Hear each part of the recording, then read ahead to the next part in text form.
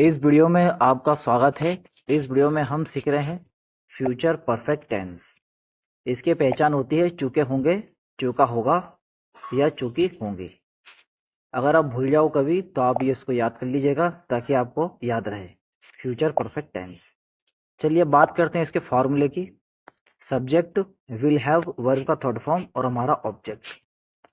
अब सब्जेक्ट हमारे दो प्रकार के होते हैं, एक होता है प्लूरल, दूसरा होता है सिंगुलर। तो बात करते हैं हम प्लूरल की। प्लूरल का जो हिंदी अर्थ होता है वो होता है हमारा बहुवचन। इसमें क्या है हमारा आई, यू, वी, दे। इसमें चार चीजें होती है, इसको आप याद कर लीजिए। चलिए अब इसका एक सेंटेंस देखिए आप। You will have reached the station. You will have reached the station. तुम स्टेशन पहुंच चुके होंगे। तुम स्टेशन पहुंच चुके होंगे। ये हमारा पहला सेंटेंस हो गया। अब बात करते हैं इस सेंटेंस को हम निगेटिव में कैसे बनाएं। तो निगेटिव में बनाने के लिए सिंपल सा आपको विल के बाद नोट लगाना है। For example, you will not have reached the station. You will not have reached the station. तुम स्टेशन नहीं पहुंच चुके होंगे। तुम स्टेशन नहीं पहुंच चुके होंगे। इस तरह से आपको निगेटिव सेंटेंस बनाना है।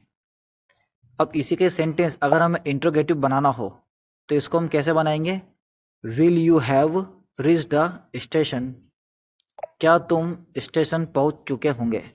क्या तुम स्टेशन पहुंच चुके होंगे। इस तरह से आपको ये सेंटेंस बनाना है। अभी हमने बात करी है प्लूरल की, लेकिन इसमें एक बेसिक कॉन्सेप्ट मैं आपको बता रहा हूँ। बेसिक कॉन्सेप्ट ये है कि इस वीडियो में हमने अभी आई का यूज़ करना है, वी का करना है, दे का करना है। बट ये आप मुझे कमेंट में करके बताइएगा। फिलहाल एग्जाम्पल के लिए मैंने यू के 3 सेंटेंस आपके सामने बनाए हैं, फर्स्ट, सेकेंड, थर्ड। इसका मैंने पॉजिटिव, इंट्रोगेटिव और नेगेटिव और इंट्रोगेटिव तीनों बनाए हैं। तो आप मुझे कमेंट में आई वाला, वी वाला और दे वाला बना के बताइएगा ताकि मैं आपको सेंटेंस को चेक कर पाऊँ। चलिए इतना कवर करने के बाद हम आगे चलते हैं। आगे हम जानेंगे सिंगुलर। सिंगुलर के बारे में। सिंगुलर का अर्थ होता है हमारा एक वचन। इसमें कुछ कंडीशंस हैं जैसा कि आपके सामने दिया हुआ है फेस पे। ही मतलब वह, ये होता है हमारे मेल के लिए यानी पुरुष के लिए। शी होता है वह, शी का मतलब भी वह होता है, बट ये होता है फीमेल के लिए। इट का मतलब यह होता है, बट इसका अर्थ हम दो प्रकार में यूज करते हैं। इसके दो अर्थ होते हैं। पहला, वस्तु के लिए हम यूज करते हैं या जानवरों के लिए हम यूज करते हैं। वस्तु में हम बात करते हैं जैसे हमारा मार्कर हो गया, पेन हो गया, पेंसिल हो गया। जानवर में हम किसी का भी यहाँ नाम लिख सकते हैं। एलिफेंट हो गया, एंट हो गया, चींटी हो गई, ठीक है, शेर हो गया। इस प्रकार से हम इसका यूज करते हैं। नेम में आप जानोगे कि नेम में किसी व्यक्ति का भी आप नाम यहाँ पे लिख सकते हो, जैसे रोहन, सोहन, गीता, सीता, सोहन, मोहन या रोहित। इसी प्रकार के नाम आप लिख सकते हो, या आपके कई रिलेटिव, रिश्तेदार, उन सबकी आप यहाँ पर नाम लिख सकते हो। आवाज कट रही, कुछ प्रॉब्लम है, बट आप मैनेज करिए। यहाँ पे आपको ध्यान देना है, ये हमारा सेंटेंस है। हम सिर्फ आपको ही का बताएंगे, बाकी आपको शी, इट और किसी नेम के साथ में आपको कमेंट में इसका आंसर करना है, इसका सेंटेंस बनाना है। तो चलिए शुरुआत करते हैं। He will have completed the work. He will have completed the work. वह काम पूरा कर चुका होगा। वह काम पूरा कर चुका होगा। ये हमारा पॉजिटिव है। कोई आपसे कहे ये हमारा सेंटेंस कौन सा है, तो आप कहोगे फ्यूचर परफेक्ट टेंस, और ये हमारा पॉजिटिव सेंटेंस है सिंगुलर का। इस प्रकार आपको कहना है।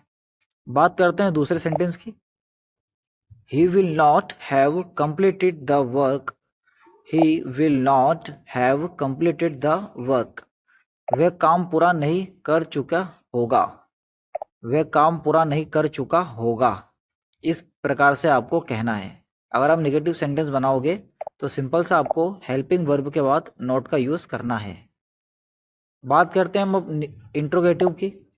इंट्रोगेटिव में एक इसमें मुख्य चीज है जो बच्चे अक्सर भूल जाते हैं। इसमें आपको क्वेश्चन मार्क लगाना बहुत जरूरी है। ये हमारा इंग्लिश और हिंदी दोनों में दिया हुआ है।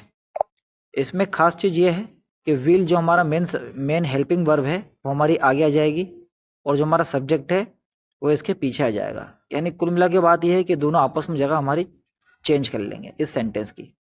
उसके बाद सेंटेंस आपका ऐसी कैसे आएगा, हैव कंप्लीटेड द वर्क, यानी क्या बना ये, will he have completed the work, क्या वह काम पूरा कर चुका होगा, क्या वह काम पूरा कर चुका होगा। ओके, तो देखा आपने हमने किस तरह से सिंगुलर और प्लूरल के सेंटेंस बनाना सीखे फ्यूचर परफेक्ट टेंस में। बाकी क्या आप इसमें आप सी के साथ बना सकते हो, इट के साथ भी बना सकते हो, या कोई नेम के साथ भी आप बना सकते हो, इसमें कोई प्रॉब्लम नहीं है। ये मुझे आप कमेंट में बताइएगा ताकि मैं आपको सेंटेंस को चेक कर पाऊँ और आपकी इंग्लिश इम्प्रूव हो पाए। इसी के साथ आप सबको दोबारा से नमस्कार। कल मिलते हैं एक नए टॉपिक के साथ एक नए अंदाज में।